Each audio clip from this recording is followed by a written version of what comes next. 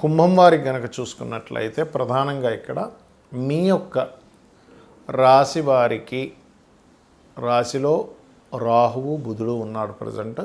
వివాహ స్థానంలో కేతువు, ధనస్థానంలో ధన కుటుంబ స్థానంలో శని కుజులు 2 పాపగ్రహాలు ఉన్నాయి. అదేవిధంగా ఆలోచన స్థానంలో గురువు ఉన్నాడు. అయితే ఇక్కడ ఏంటంటే 3లో శుక్రుడు, తర్వాత ఆ శుక్రుడు 19వ తేదీ నుంచి 4వ స్థానంలో స్వక్షేత్రంలోకి వెళ్తున్నాడు. ఈ యొక్క చంద్రుడు అష్టమ స్థానం నుంచి భాగ్యస్థానం నుంచి అష్టమ స్థానం, ఆల్మోస్ట్ అష్టమం నుంచి సప్తమం వరకు తిరుగుతాడు.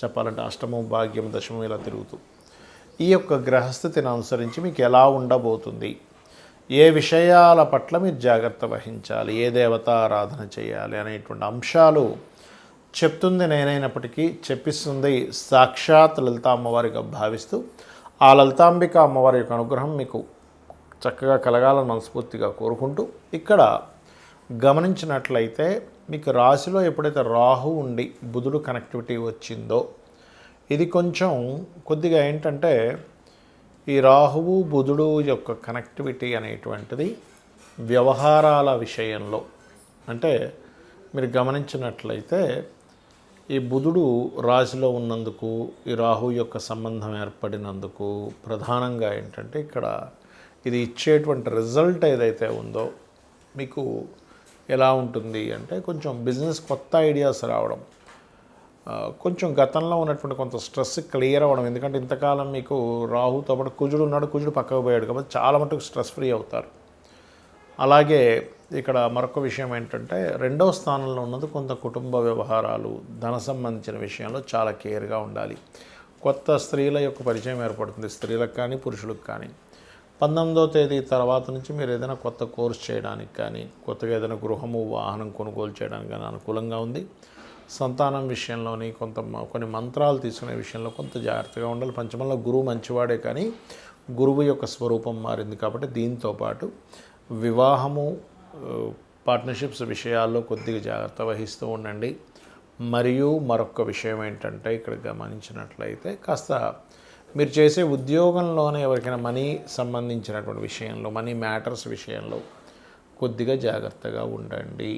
ఇక మీరు నిత్యము చేయవలసిన దేవతారాధన దక్షిణామూర్తి యొక్క ఆరాధన, విష్ణు సహస్రనామాల యొక్క శ్రవణము పఠనము చేయండి.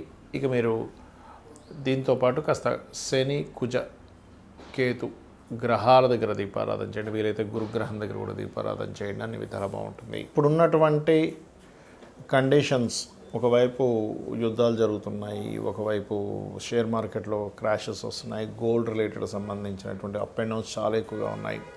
దీని అంతటికీ మనకి ఉన్న గ్రహస్థితికి చాలామంది అడుగుతున్న ప్రశ్నలు కూడా ఏంటంటే ఇక్కడ మీ రాశిలో ఉండే గ్రహాలు అవిచ్చే మహాదశలు, అంతర్దశలు, వాటికి ఉండే యోగాలు ఒక ఎత్తు అయితే, బయట ఉండే కండిషన్స్ మన గోచారంలో ముండేన్ ఆస్ట్రాలజీ అంటారు, మైథుని జ్యోతిష్యము, అది ప్రపంచ దేశాలు అంటే మొత్తం ప్రపంచంలో ఎలా జరగబోతుంది, ఎటువంటి ఫలితాలు ఉంటాయని చెప్పేది. అయితే నేను చాలా కాలం నుంచి చెప్పుకుంటూ వస్తున్నాను, 3-4 నెలల నుంచి కూడా ఇది యుద్ధం వైపు దారితీస్తుంది, యుద్ధాలు పెరుగుతాయి, ఆగినట్టు ఆగి మళ్ళీ వస్తాయి అని. అయితే ఇక్కడ ఏంటంటే ప్రధానంగా ఇక్కడ గ్యాస్కి ఇప్పుడంటే పెద్దగా మనకేమీ కమర్షియల్ మీద ఎఫెక్ట్ పడింది, కానీ దాని తర్వాత నాన్ కమర్షియల్ మీద కూడా ఎఫెక్ట్ పడనుంది. కాబట్టి ఖచ్చితంగా అందరూ కూడా ఇంట్లో ఇండక్షన్ స్టవ్, ఇంకే ఏ మార్గాల్లో, బొగ్గులైతే బొగ్గులు, కర్రలైతే కర్రలు, ఈ మార్గాల్లో 2-3 మార్గాల్లో పెట్టుకోండి వండుకునే పద్ధతి. రెండవది, కేవలం అన్నం వండుకుంటే సరిపోతుంది, మిగతా మనం పొళ్ళు కానీ ఆవకాయలు కానీ చేసుకొని తినొచ్చు అనేవి కూడా కొంచెం స్టాక్ పెట్టుకోండి. మనీ జాగ్రత్తగా పెట్టుకోండి, ఎందుకంటే ఇంటర్నెట్ ఇబ్బంది పడనుంది. ఇది ఆల్రెడీ 2-3 నెలల నుంచి మళ్ళీ చెప్తున్నాను, మళ్ళీ ఇంకోసారి గుర్తు చేస్తున్నాను మీకు. నా వీడియోల్లో 3 నెలల క్రితమే ఇది ప్రస్తావించడం జరిగింది ఇంటర్నెట్ గురించి. అలాగే మరొక విషయం ఏంటంటే, ఎందుకంటే క్యాష్ కొంచెం పెట్టుకుంటే ఇంటర్నెట్ కట్ అయినా మనం ఇవాళ రేపు మనం వాడేటువంటిది ఏదైతే ఉంటుందో ఈ ఫోను స్కానింగ్ చేసి అదొక ఇబ్బంది అయితే పరిస్థితి ఏంటి. కాబట్టి అలాగే మరొక విషయం ఏంటంటే ఇది ఇప్పట్లో ఆగదు వారు, ఇది కొంచెం లాంగ్ టర్మ్ కానీ వెళ్తుంది, నెలలు సంవత్సరం వెళ్ళినా సరే ఆశ్చర్యపోవాల్సిన పని లేదు. దీన్ని దృష్టిలో పెట్టుకొని మీ యొక్క లైఫ్ స్టైల్ని ప్లాన్ చేసుకోండి. ఇది ప్రధానంగా గుర్తుపెట్టుకోండి, ఎందుకంటే ఎప్పుడూ రానటువంటి 3 సార్లు పంచగ్రహ కూటమి, 3 రాసులు గురువు పోయిన సంవత్సరం మారాడు, ఈ సంవత్సరం కూడా మారుతున్నాడు. సో ఎప్పుడైనా 3 రాసులు కనుక గురువు అతిచారంలో మారితే అది యుద్ధాలకి, జన నష్టానికి దారితీస్తుంది. కాబట్టి మీరు అంటూ సేఫ్గా ఉండాలి అని అనుకుంటే నేను చెప్పేది ఒక చిన్న రెమెడీ పాటించండి, మీరు ఖచ్చితంగా సేఫ్గా ఉంటారు. ఏమిటది అంటే, బయటికి వెళ్ళేటప్పుడు, ఇంటి నుంచి బయటికి వెళ్ళేటప్పుడు నామస్మరణ, మీ ఇష్టదైవం ఎవరైనా కావచ్చు, మీ ఇష్టదైవ నామస్మరణ చేయండి.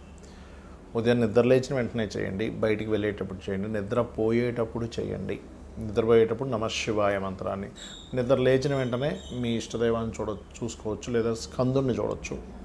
బయటికి వెళ్ళేటప్పుడు కూడా మీ ఇష్టదైవం విష్ణువు అయితే విష్ణువు, శివుడైతే శివుడు, అమ్మవారు అయితే అమ్మవారు, గణపతి అయితే గణపతి, స్కందుడైతే స్కందుడు, ఏదైనా పర్లేదు, మీరు ఎందులో ఉన్నా సరే. ఎందుకంటే మనకి కాలం ఒక రకంగా ఉన్నప్పుడు ఆ కాలాన్ని నడిపించేవాడు ఆ యొక్క పరమాత్మ యొక్క అనుగ్రహం ఉంటే మనం ఇబ్బంది పడకుండా ఉంటాం. మన జన్మజాతకాల్లో ఏదైనా గండయోగాలు అంటారు, 8th హౌస్ కనెక్టివిటీ ఉన్నటువంటి మహాదశలు నడిచేటప్పుడు దీని మీద పెద్ద రీసెర్చ్ చేస్తే ఇలాంటివి జరిగినప్పుడు ఎవరు ఎక్కువగా అఫ్లిక్ట్ అయ్యారు, మనకు కోవిడ్ వచ్చినప్పుడు కానీ, ఇలాంటి యుద్ధాలు first world war, second world వార్లో ఉన్నప్పుడు ఉండేటువంటి మనుషులు కానీ, వాళ్ళవి తీసుకుంటే ఎక్కువగా ఏదైనా యాక్సిడెంట్ జరిగినప్పుడు, సామూహికంగా యాక్సిడెంట్స్ అయినప్పుడు చూస్తే వాళ్ళందరి జాతకాల్లో కూడా ఈ రకంగా వాళ్ళ యొక్క లైఫ్ అనేటువంటిది ఇబ్బంది పడడం జరిగింది. కాబట్టి మీరు ఎప్పుడూ కూడా ఈ గోచారం ఒక ఎత్తు అయితే, మీ పర్సనల్ చార్ట్లో మీరు ఓన్లీ యాక్సిడెంట్స్ అనే కాకుండా మీరు లైఫ్లో ఎందుకు ఎదగలేకపోతున్నారు, మీ లగ్నం ఎలా ఉంది,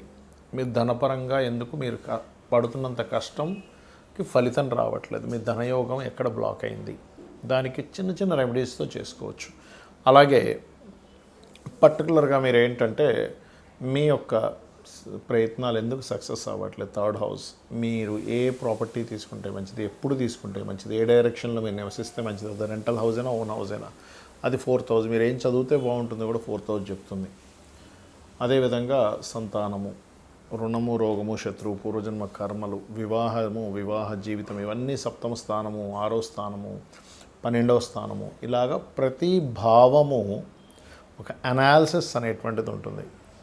మీ లైఫ్లో ఎందుకు ఇలా జరుగుతుంది, మీ లైఫ్లో ఎందుకు ఈ రకమైనటువంటి ఇబ్బందులు వస్తున్నాయి, దీన్ని చాలా సింపుల్గా లలితా సహస్రనామాలు చేసుకుంటూ, మీకు పలానా దాని మీద ఎక్కువ ఇబ్బంది ఉంది, ఎగ్జాంపుల్ అప్పుల మీదే ఎక్కువ ఇబ్బంది ఉంది, అప్పులకే ఎక్కువ ఇబ్బంది పడుతున్నారు, ఓం అపర్ణాయే నమః అనే మంత్రం మీరు నిత్యము స్మరిస్తే మీకు తెలియకుండానే మీ యొక్క లైఫ్ స్టైల్ మారుతుంది. తద్వారా మీకు సంపద పెరుగుతుంది, తద్వారా మీకు ఏదైతే అప్పులు ఉన్నాయో అప్పులు క్లియర్ అవుతాయి. అంటే మీ ఆలోచన విధానం ఎలా అప్పుల్ని క్లియర్ చేయాలనే వైపు మీ ఆలోచన తిప్పుతుంది.